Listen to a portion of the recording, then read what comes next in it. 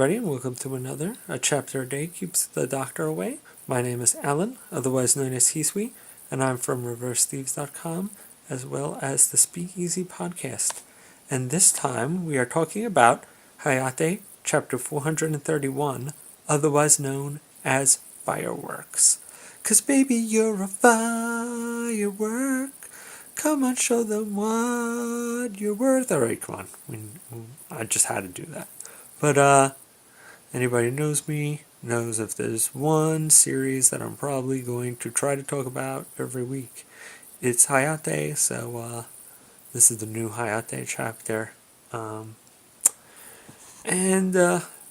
kind of what was happening in the last chapter, this is kind of the big build-up to kind of the end of Ruka as a love interest.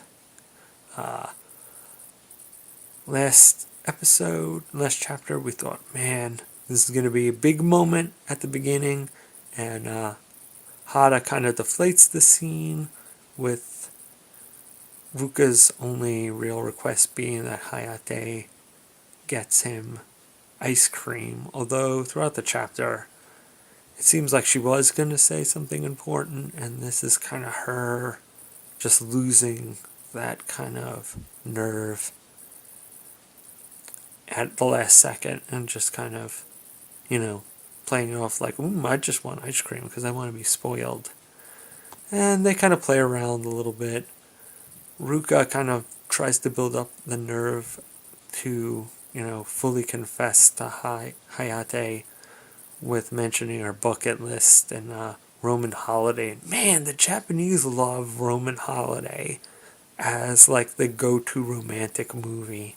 I mean, it's an Audrey Hepburn classic. It's not a bad movie to pick. It's not that that Adam Sandler's 40 First Dates, that's the movie that we should, regard in high regard as, romantic thing. But I feel like Alice in Wonderland is like one of those things that manga and anime always love to go to, and so is Roman Holiday. I mean, I just remember it being the princess's favorite movie in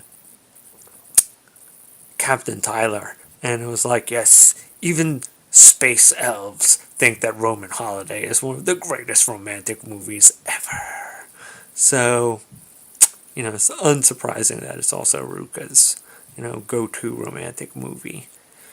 And, they kind of play around, and there's a pretty fun little gag about Ruka being like, I'd rather have you see me naked and see my breasts than you see the contents of this bucket list.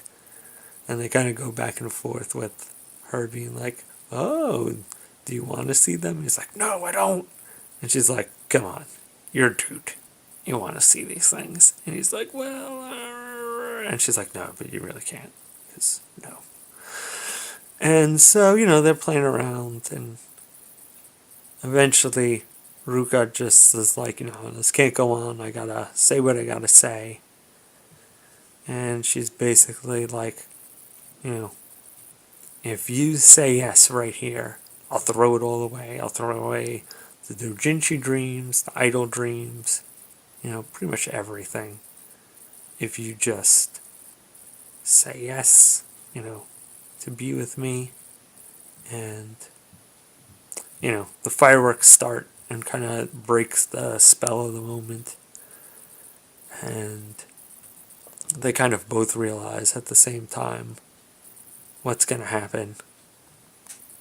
And that, that moment is gone. Kind of like with the fireworks. And there's the cute scene with her leaving the message of, pretty much goodbye. And we know from the anime that Ruka's not disappearing from the anime. But I feel like this was the chapter that kind of she is removing herself as a realistic love interest. I think it was pretty good, sweet way to do it. So kind of good use of pausing and just kind of living in, the moments of just the fireworks and them kind of having this kind of melancholy about it all. That both of them realizing that it wouldn't work out, or at least that at this time they can't come together. But them both obviously having honest affection for each other. And I mean, I'm being a Nagi shipper unavowedly. You know, him having his feelings for Nagi, but you know, not caring for Ruka. I think that was kind of sweet. And once again, one of the best ways to break off such a, you know, romantic lead. I feel like a lot of times it comes off as trite or too easy. But I mean, not that this isn't easy. But I felt like I had a good emotional impact, a good way to send off that character as a, you know, as a real rival. Um, if they ever have to do such a thing for Hinagiku, I hope they handle it with, or any other girls for that matter, with an equal amount of class. It was a good way for that to end. Hopefully, next chapter, once again, we can find out about Hayate's brother. But all in all, these two chapters back to back, pretty emotionally solid. So I don't mind as much not hearing about Hayate's brother if we can get some kind of really strong emotion and you know, good plot progress in Hayate. Really good, really fun. Um, Still had some good humor in it. That was important. I felt like if this had all been, you know, just boo hoo hoo, you know, Ruka and Hayate have to be apart, it would have been a little too much of a downer. So that was a good comedic break for the first half.